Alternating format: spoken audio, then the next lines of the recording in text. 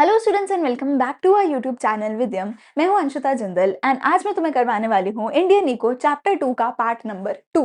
Part 1 में हमने कुछ बेसिक के बारे में समझा। जब इंडियन इकोनॉमी आजाद हुई उसके बाद शुरू में हमने क्या थोड़े बहुत स्टेप्स लिए हमने समझा। आज हम करने वाले हैं ग्रीन रेवोल्यूशन के बारे में, एग्रीकल्चर के बारे में कि हमने कि हमारा जो एग्रीकल्चर था उसमें क्या कुछ प्रॉब्लम्स थी, फिर हमने क्या कुछ किया, उस सब के बारे में आज हम पार्ट नंबर 2 में समझेंगे। ठीक है, तो 20-20 मिनट के छोटे छोटे हमारे लेक्चर्स आ रहे हैं, धीरे धीरे पूरा सिलेबस हम कवर करते जाएंगे। बिल्कुल free of cost best course हमारे यूट्यूब चैनल पे चल रहा है सारे कॉमर्स के सब्जेक्ट्स का। अगर कोई भी लिंक चाहिए तो डिस्क्रिप्शन में सारे लिंक्स हैं, सारी प्लेलिस्ट है, नोट्स हैं, सब कुछ मिलेगा। चैनल को सब्सक्राइब कर देना, वीडियो को लाइक और अपने नाम की अटेंडेंस कॉमेंट सेक्शन के अंदर लगा देना। आओ शुरू करें Indian eco chapter 2 part number 2।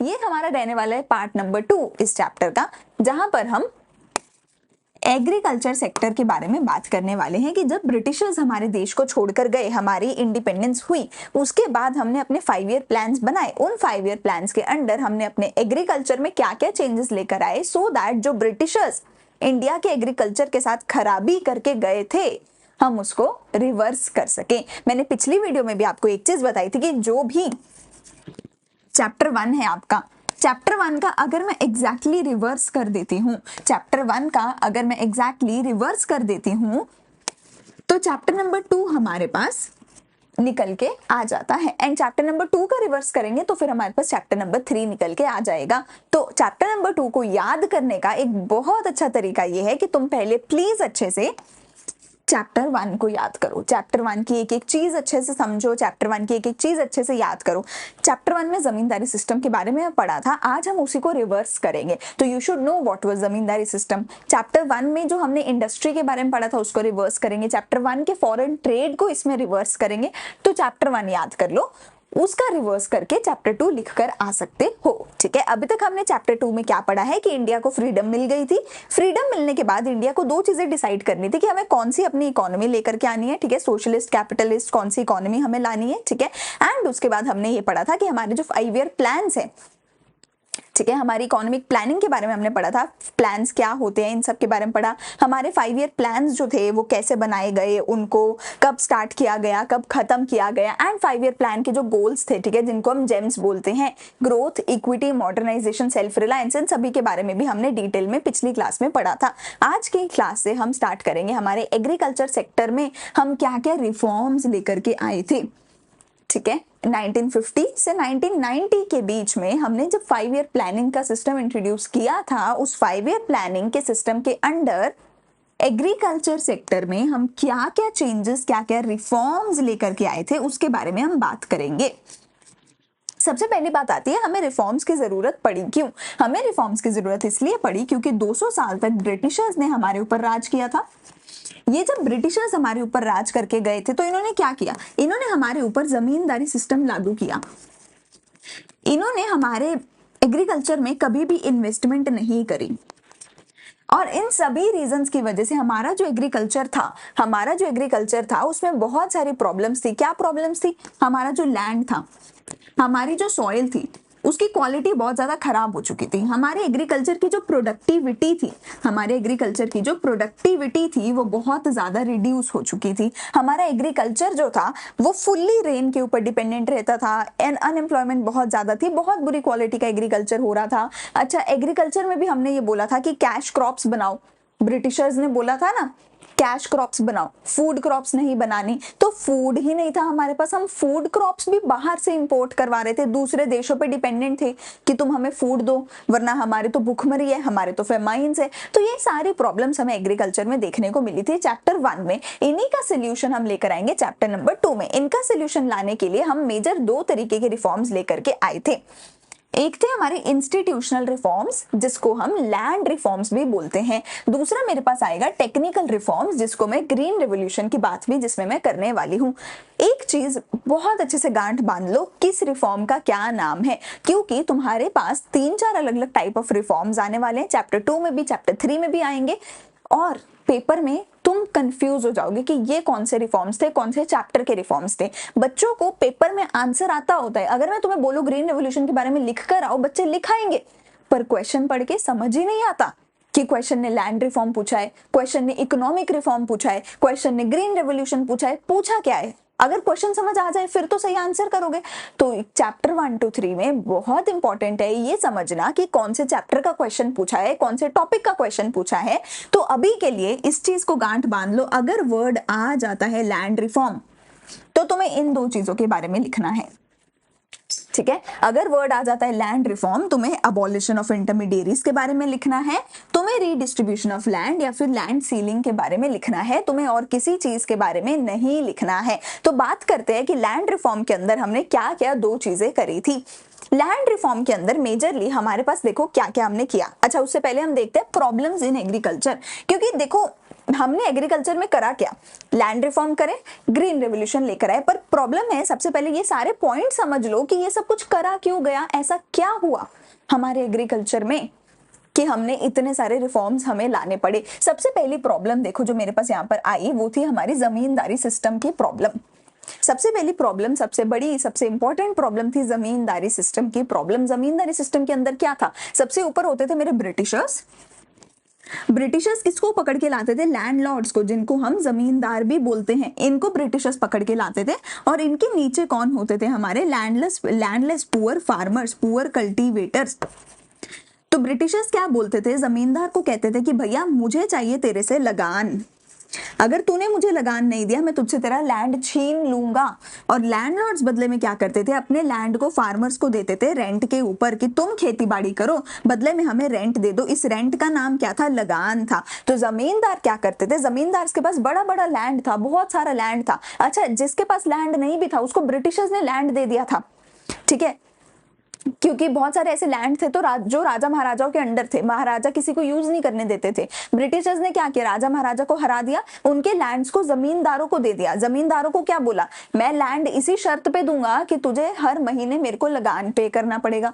जमींदार कहता मैं लगान कहां से लेके आऊं, तो जमींदार कहां से लाएगा, जमींदार अपने लैंड को देगा रेंट पे, किसको, गरीब फार्मर को। और गरीब फार्मर को बोलेगा देख भैया मेरा लैंड ले ले रेंट पे, तू वो इस पे कर खेती बाड़ी करके तू जो पैसा कमाएगा उसमें से कुछ पैसा मेरे को दे दियो एज अ रेंट, और वो रेंट में से कुछ पैसा जमींदार किसको दे देगा, ब्रिटिशर को दे देगा। ये था हमारा पूरे का पूरा जमींदारी सिस्टम। प्रॉब्लम इसमें क्या थी कि जो फार्मर थे वो बहुत गरीब थे, कभी बारिश नहीं होती थी, कभी एनिमल्स की वजह से, कभी आग लगने की वजह से, कभी किसी चीज की वजह से एग्रीकल्चर खराब हो जाता था, फसल खराब हो जाती थी। जमींदार कहता था मेरे को फर्क नहीं पड़ता, तू भूखा मर जा, मुझे मेरा लगान चाहिए, ठीक है। क्यों, क्योंकि जमींदार ने लगान जो है ब्रिटिशर को देना होता था। तो ब्रिटिशर मस्त मजे करते थे लगान लेके, जमींदार मस्त मजे करते थे लगान लेके, और फार्मर बेचारा लगान भरने के चक्कर में बहुत बुरी हालत में हो जाता था, गरीबी से और ज्यादा गरीबी की तरफ वो चला जाता था, ठीक है। तो ये पूरे का पूरा था मेरा जमींदारी सिस्टम, जिसको अबॉलिश करना, जिसको खत्म करना बहुत जरूरी था, क्योंकि इसकी वजह से जो फार्मर थे बेचारे वो और ज्यादा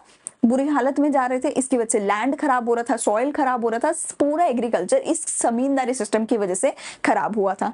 दूसरी प्रॉब्लम थी हाई डिपेंडेंस ऑन रेनफॉल। देखो होता क्या है ना, एग्रीकल्चर में आज के डेट में भी हमारे देश में जो सरकार है वो बहुत सारी सब्सिडीज देती है, वो खुद से बहुत सारी इन्वेस्टमेंट करती है, वो फार्मर्स की मदद करती है, वो खुद से इरिगेशन की बहुत सारी चीजों की जो है फैसिलिटीज फार्मर को प्रोवाइड करवाती है। पर उस टाइम पे सरकार किसकी थी, ब्रिटिशर्स की। क्या ब्रिटिशर्स ये सब कुछ देंगे फार्मर्स को, वो नहीं देंगे। तो फार्मर के पास, बेचारे के पास इरिगेशन का सोर्स भी नहीं था। तो हमारा एग्रीकल्चर पूरी तरीके से बारिश पे डिपेंडेंट था। बारिश ज्यादा हो गई, एग्रीकल्चर खराब, बारिश नहीं हुई, एग्रीकल्चर खराब। पर लगान देना पड़ेगा, ठीक है। अगली चीज, small land holding of the farmers. जो बेचारे गरीब फार्मर थे उनके पास खुद के पास लैंड था ही नहीं या फिर बहुत कम था, इसीलिए फार्मर बेचारे इस जमींदारी सिस्टम के अंदर फंस के रह जाते थे। Conflict between landlord and farmer, landlord and farmer के आपस में लड़ाई होती रहती थी, और जो लैंडलॉर्ड था वो बहुत बुरा बिहेव करते थे फार्मर्स के साथ, जो लैंडलॉर्ड थे वो बहुत ज्यादा एक्सप्लॉइट करते थे फार्मर्स को, ठीक है। अगली चीज आती है डिसगाइज्ड अनएम्प्लॉयमेंट। डिसगाइज्ड अनएम्प्लॉयमेंट क्या होता है कि तुम्हें लग तो रहा है तुम एम्प्लॉयड हो, बट एक्चुअल में तुम हो नहीं। हमारी फार्मिंग में कई सालों से डिसगाइज्ड अनएम्प्लॉयमेंट चलती आ रही है। डिसगाइज्ड अनएम्प्लॉयमेंट में क्या होता है, एक खेत पे 10 लोग काम कर रहे हैं, 10 के 10 लोगों को लग रहा है कि हम तो एम्प्लॉयड है, हम तो काम कर रहे हैं, अरे पर एक्चुअल में वो खेत है इतना छोटा सा, उस पर अगर 4 लोग काम करें तो भी उतना ही काम होगा, तो भी उतना ही प्रोडक्शन होगा। 10 लोग काम कर रहे हैं तो भी उतना ही प्रोडक्शन हो रहा है। तो ये जो एक्स्ट्रा 6 लोग हैं ये एक्चुअल में कुछ एडिशन नहीं कर रहे, ये बस वहां पे आते हैं, हाथ बटा देते हैं। ये तो वो वाली बात है, हाथ बटाने वाली बात है। तो एक्चुअल में डिस्गाइज अनएम्प्लॉयमेंट बहुत ज्यादा थी। इसको क्या बोला जाता है? छुपी हुई, हिडन अनएम्प्लॉयमेंट। ठीक है। अच्छा, अगली चीज मेरे पास क्या आती है? Subsistence farming. बेचारे फार्मर इतने गरीब होते थे कि लगान भरने के बाद उनके पास इतना पैसा बचता था कि बस वो अपना रोजी रोटी जितना कर सके। ठीक है। वो जो फार्मिंग कर रहे थे वो फार्मिंग बस इसलिए कर रहे थे कि वो अपना रोजी रोटी जितना कर सके। इंसान क्या चाहता है लाइफ में कि आज अगर मैं अपना 200 रुपए खर्चा कर रहा हूँ, धीरे धीरे धीरे धीरे मैं पैसा जोड़ूं, सेविंग्स करूं, इन्वेस्टमेंट करूं, पैसा बढ़ाऊं, ताकि कल को मैं अपने खर्चे भी बढ़ा सकूं, लाइफस्टाइल भी बढ़ा सकूं, इनकम भी बढ़ा सकूं। पर फार्मर ये कर ही नहीं पा रहे थे। क्यों? क्योंकि वो इतने लगान के अंदर डूबे हुए थे कि वो सब्सिस्टेंस मतलब अपने सिर्फ जिंदा रहने जितना कमा पा रहे थे। ठीक है। Forget about investment, savings and all of that. ठीक है। लो productivity, poor quality of land and soil. Quality जो लैंड एंड सॉइल की थी वो पूरी तरीके से खराब हो चुकी थी, जिसकी वजह से प्रोडक्टिविटी कम होती जा रही थी। प्रोडक्टिविटी कम होने का क्या रीजन था? Quality of land and soil खराब थी। Quality of land and soil क्यों खराब थी? क्योंकि फार्मर्स कभी इन्वेस्टमेंट कर नहीं पाए, गरीब थे। जमींदार ने सोचा ही नहीं कभी, उसको तो लगान मिल रहा है ना। ब्रिटिशर ने सोचा नहीं कभी इन्वेस्टमेंट करने का, उसको भी लगान मिल रहा है। कभी फार्मिंग में, एग्रीकल्चर में इन्वेस्टमेंट हुई ही नहीं, तो इनकी क्वालिटी वैसे ही खराब होती रही। अच्छा, ओवरबर्डन भी था। क्यों? क्योंकि ज्यादा एग्रीकल्चर करोगे तभी तो लगान भर पाओगे। तो ओवरबर्डन की वजह से भी quality of land and soil खराब हो गई। लास्ट मेरे पास क्या है? Outdated technology. अगेन सरकार को इन्वेस्टमेंट करनी पड़ती है फार्मिंग में, क्योंकि फार्मर्स बेचारे बहुत गरीब होते हैं। सरकार ब्रिटिशर्स की थी, उन्होंने इन्वेस्टमेंट करी नहीं। तो आउटडेटेड टेक्नोलॉजी, ये सारी की सारी, तुम देखो ये पूरी की पूरी जो है पेज, ये सारी की सारी प्रॉब्लम्स थी हमारे एग्रीकल्चर में, जिसकी वजह से एग्रीकल्चर में रिफॉर्म्स लेके आने बहुत ज्यादा जरूरी हमारे लिए हो गए थे। ठीक है।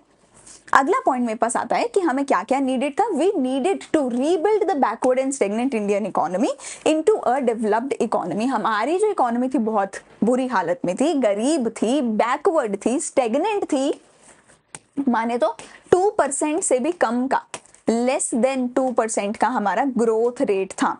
और इस इकोनॉमी को हमें आगे लेकर जाना था, डेवलप्ड इकोनॉमी बनाना था, जो आज तक वैसे नहीं बन पाई है, बट स्टिल हम काफी बेहतर है पहले से। अब बात करते हैं क्या क्या रिफॉर्म्स थे। एक तो लैंड रिफॉर्म्स थे, दूसरा ग्रीन रेवोल्यूशन था। तो पहले लैंड रिफॉर्म्स की बात कर लेते हैं। तो लैंड रिफॉर्म्स में देखते हैं क्या क्या हुआ। लैंड रिफॉर्म्स का मतलब क्या है? It refers to change in the ownership of land holdings. कहते हैं जो लैंड होल्डिंग थी, मतलब जो लैंड था उसकी ओनरशिप को चेंज करना, इसको बोल रहे हैं हम लैंड रिफॉर्म्स। ठीक है। It ensures that land is actually passed on to the people who actually cultivate it.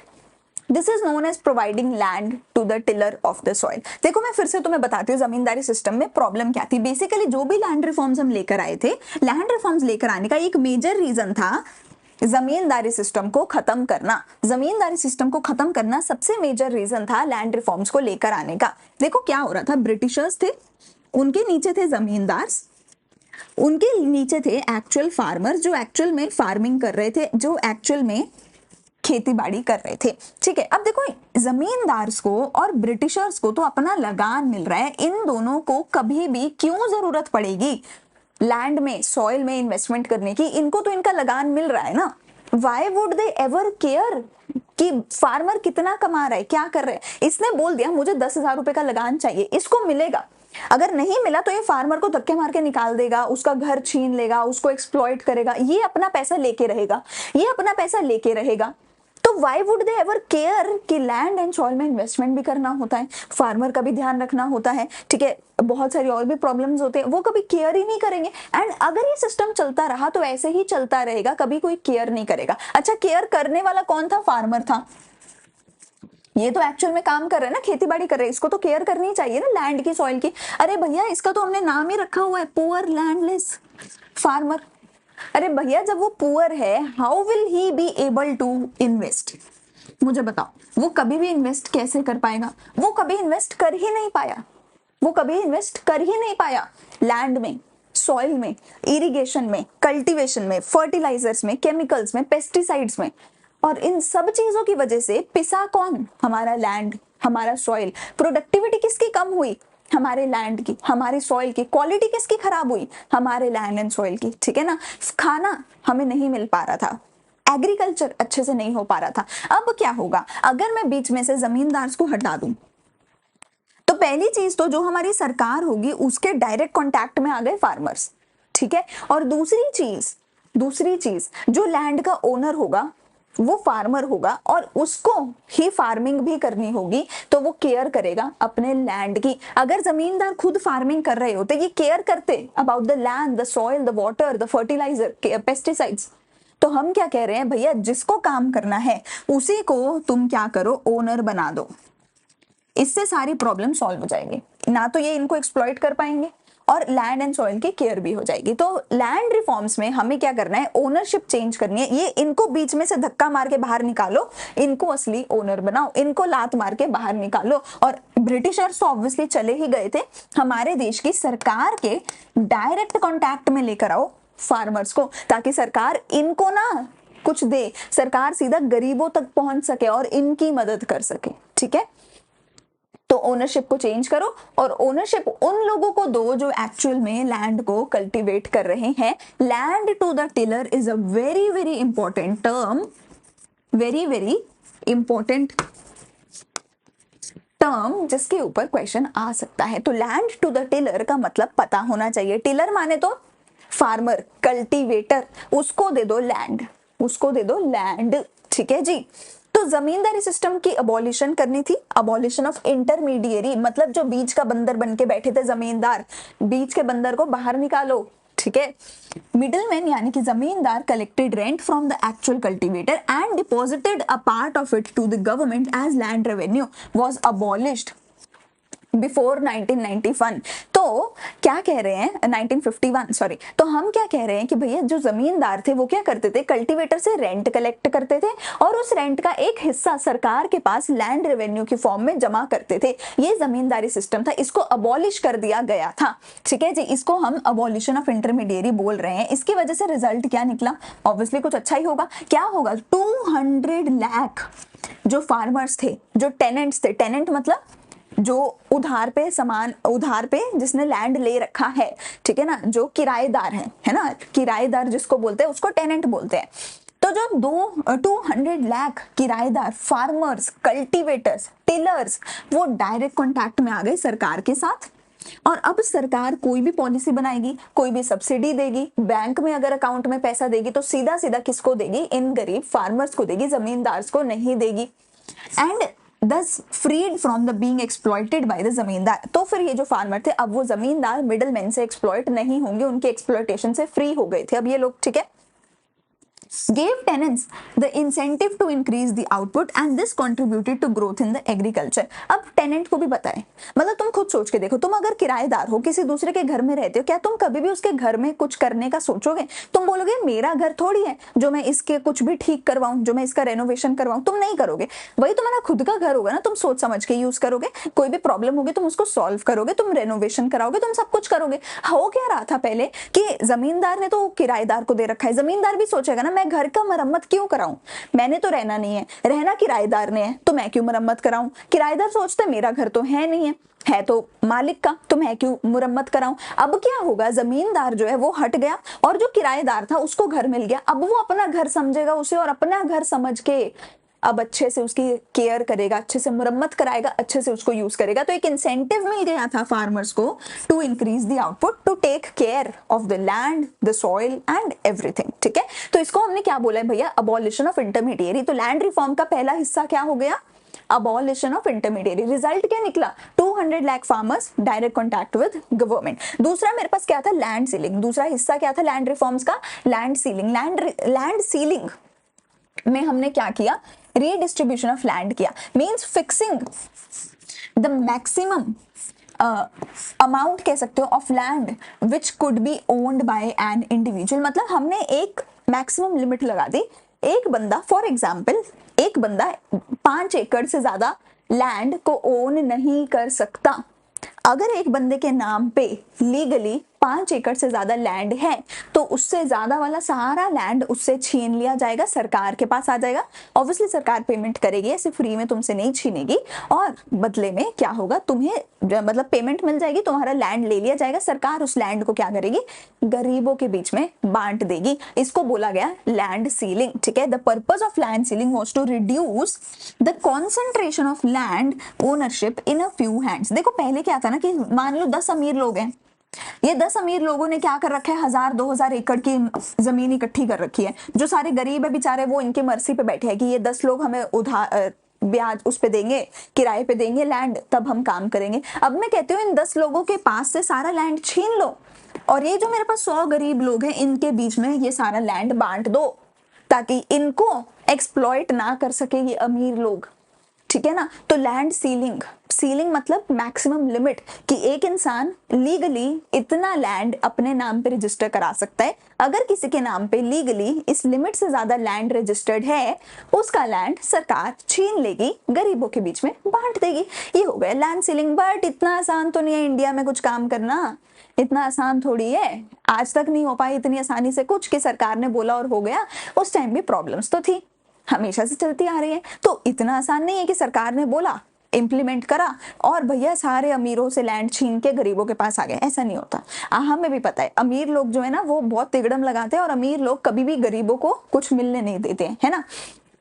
इस टाइम भी वही हुआ। तो पहले हमारे पास टोटल 4 फाइल, हमारी एक पूरी फाइल तैयार हुई है, ठीक है। हमने टोटल 4 प्रॉब्लम्स निकाले अपने लैंड रिफॉर्म्स में। लैंड रिफॉर्म्स हमने करे, अबॉलिशन ऑफ इंटरमीडिएरीज करा हमने, और क्या किया, लैंड सीलिंग किया। लेकिन इन लैंड रिफॉर्म्स में कुछ प्रॉब्लम्स थे। प्रॉब्लम्स का हमने शॉर्ट फॉर्म क्या बनाया है, फाइल। क्या क्या प्रॉब्लम्स थे, fault in legislation, implementation delay, lack of political will and exploitation. इन चारों प्रॉब्लम्स को एक एक करके समझते हैं। एक्रोनियम क्या है जी, फाइल, ठीक है।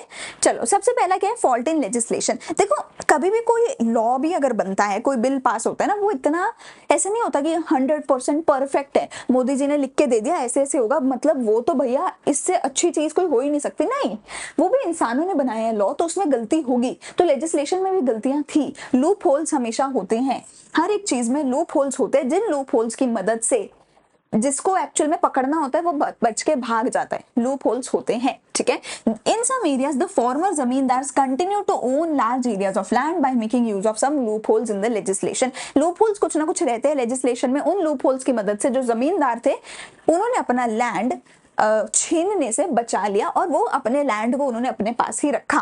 बहुत सारे एरियाज में ऐसा हुआ था। उसका रिजल्ट क्या हुआ, जो इंटरमीडिएरीज थे they were allowed to retain substantial areas of land for personal cultivation. देखो सरकार ने क्या बोला, अगर तुम एक जमींदार हो जिसने अपना लैंड रेंट पे दे रखा है किसी ना किसी फार्मर को, तो तुमसे तुम्हारा लैंड छीन लिया जाएगा, तुमसे तुम्हारा लैंड छीन लिया जाएगा। पर अगर तुम एक फार्मर हो और तुम एक जमींदार नहीं हो, तुम्हारे पास लैंड तो है पर तुम उस लैंड को किसी को रेंट पे नहीं दे रहे हो, तुम उसको सेल्फ कल्टीवेट कर रहे हो। तुम कहते हो मैंने रेंट पे थोड़ी दिया है किसी को, मैं तो खुद इसका मालिक हूँ और मैं खुद ही इस पे खेती बाड़ी करता हूँ, मेरा पूरा परिवार मेरे साथ खेती बाड़ी करता है।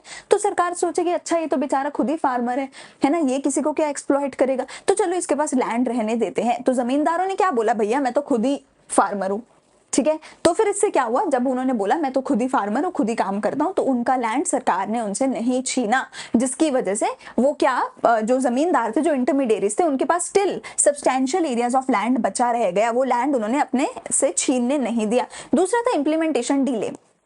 जमींदारों ने क्या कर दिया था, बहुत ज्यादा प्रोटेस्ट कर दिया था। The big landlords challenge the legislation in the courts. वो प्रोटेस्ट करने लग गए, कोर्ट में जाने लगे। अब जब कोर्ट में जाता है ना कोई मामला, कोर्ट उस पर स्टे लगा देते हैं। फॉर एग्जाम्पल अगर मेरा घर है, तुम मेरे से मेरा घर छीन रहे हो, मैं कोर्ट में जाऊंगी, कोर्ट से स्टे मांग लूंगी। स्टे का मतलब क्या होगा कि कोर्ट बोल देगी इस घर को ताला लगा दो, जब तक कोर्ट फाइनल डिसीजन नहीं देगा तब तक उस घर को ना तो मैं खोल सकती हूँ ना तो तुम खोल सकते हो। मतलब अब तुम मुझसे मेरा घर छीन नहीं सकते जब तक कोर्ट ना बोल दे, ठीक है ना। तो इन्होंने क्या किया, कोर्ट में गए जमींदार और कोर्ट से जाके स्टे ले लिया कि ये लेजिस्लेशन को अभी के लिए पॉज कर दो, और जब तक कोर्ट नहीं बोलते तब तक वो लैंड नहीं छीनेंगे। अच्छा जी, हो गया कॉज, पॉज हो गया, ठीक है। इससे क्या हुआ, डिले हो गई, इंप्लीमेंटेशन में डिले हो गया। अब इससे क्या हुआ, जो डीले हुआ उस डीले के अंदर फार्मर जमींदारों ने क्या किया, अपना लैंड अपने रिश्तेदारों के नाम पे ट्रांसफर कर दिया। फॉर एग्जांपल एक जमींदार था, उसके नाम पे 100 एकड़ लैंड थी, है ना। सरकार ने बोला 20 एकड़ से ज्यादा किसी के पास हो नहीं सकती, अगर 20 एकड़ से ज्यादा हुई तो मैं छीन लूंगी। इसने क्या किया, डिले करवा दिया कोर्ट से जाके, और इन द मीन वाइल इसने अपना सारा लैंड रिश्तेदारों को ट्रांसफर कर दिया, दूसरे को, तीसरे को, चौथे को, पांचवें को। अब सबके पास 20-20 एकड़ है। अब क्योंकि सबके पास 20-20 एकड़ है तो सरकार किसी से भी नहीं छीनेगी लैंड, 100 का 100 एकड़ इनके पास ही है, खत्म हो गई बात। They used this delay to register the land in the name of close relatives, thereby escaping from the legislation।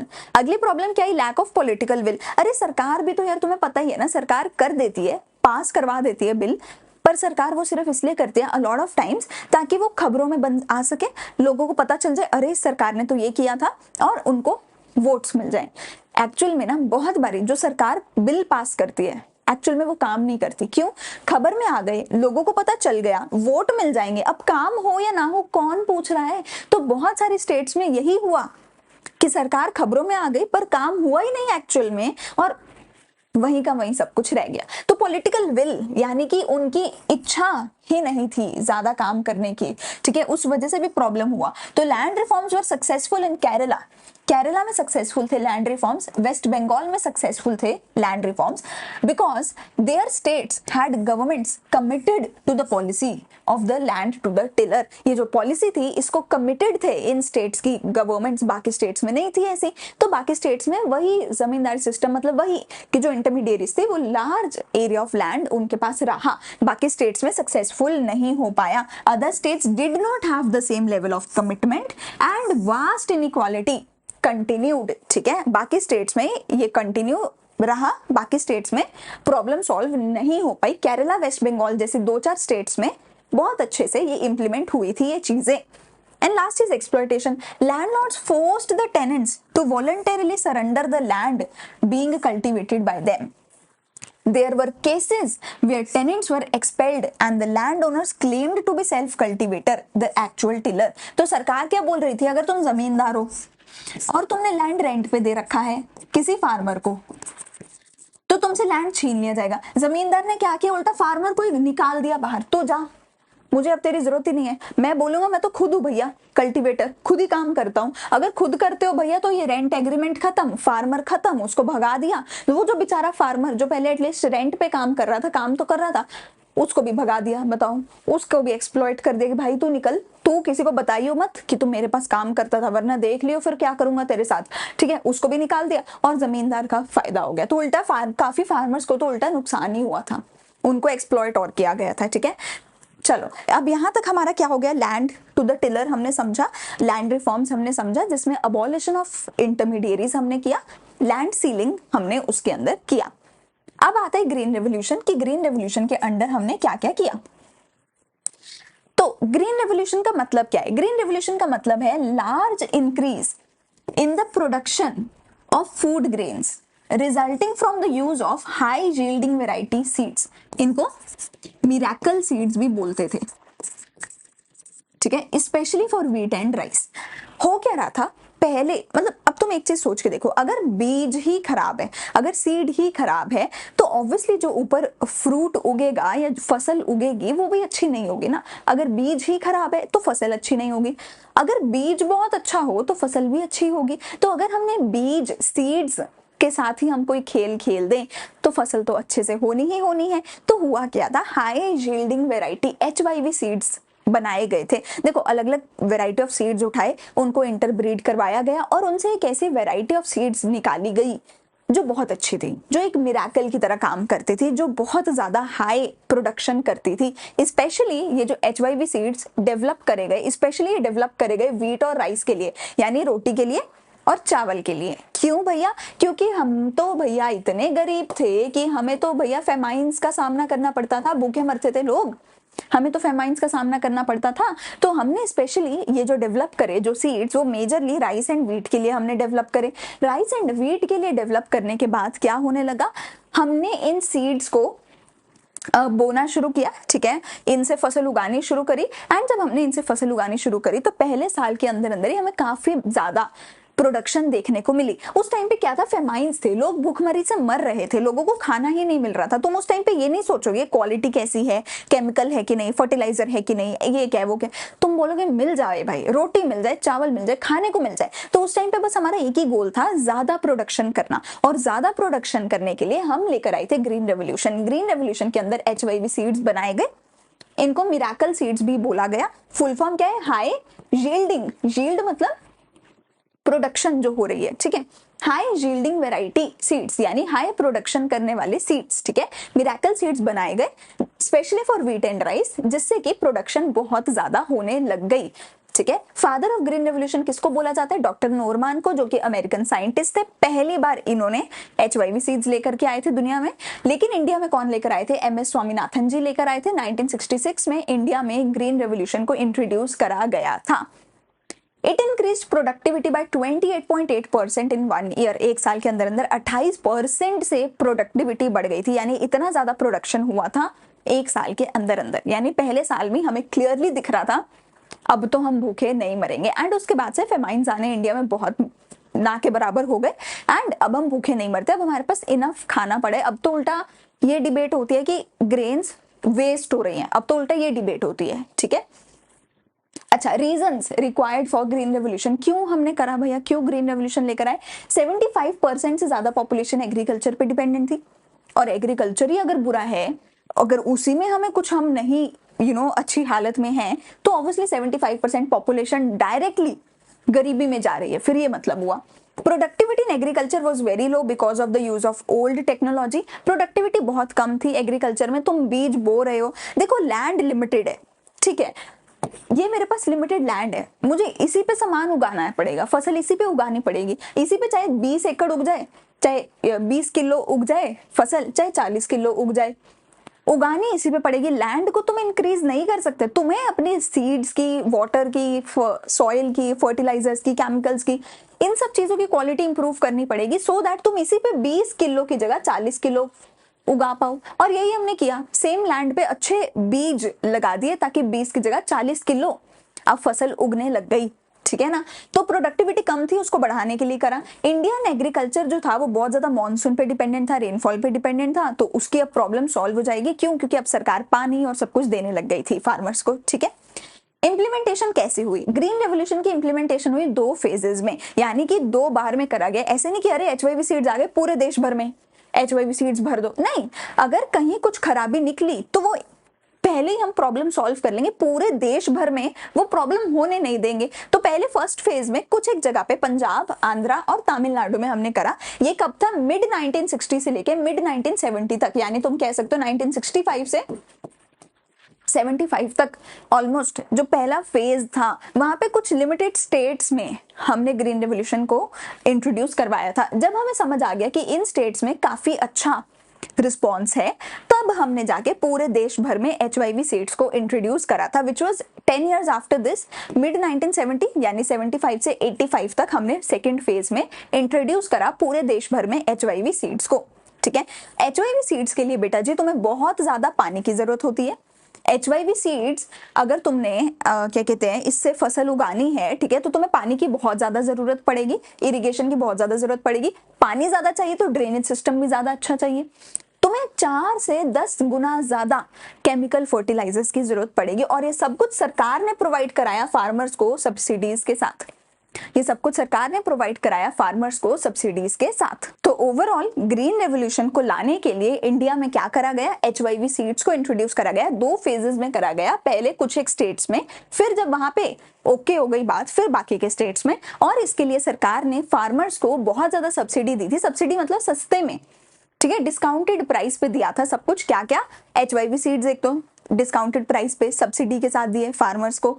अच्छा, पानी की फैसिलिटी अच्छे से दी, ड्रेनेज की फैसिलिटी अच्छे से दी, केमिकल फर्टिलाइजर, पेस्टिसाइड, ये सब कुछ बहुत सस्ते दाम पे, इनफैक्ट कई बार फ्री में दिया गया फार्मर्स को, ताकि वो ज्यादा फसल उगाएं, ज्यादा से ज्यादा फसल बाजार में पहुंचे, लोगों को मिले और लोग अपना घर भर सके। एटलीस्ट लोग भूखे तो ना मरे, क्वालिटी ऑफ लाइफ चाहे बहुत अच्छी ना हो, बट एटलीस्ट लाइफ तो हो, जिंदा तो हो, खाना तो मिल जाए, ठीक है। तो this was about land reforms and green revolution. आज के लेक्चर को यहीं पे खत्म करते हैं, अगले लेक्चर में इसको आगे कंटिन्यू करेंगे। अगर वीडियो अच्छी लगे तो चैनल को लाइक शेयर सब्सक्राइब जरूर करके जाना। कोई भी डाउट है कमेंट सेक्शन में तुम पूछ सकते हो। हम मिलेंगे अगली वीडियो में।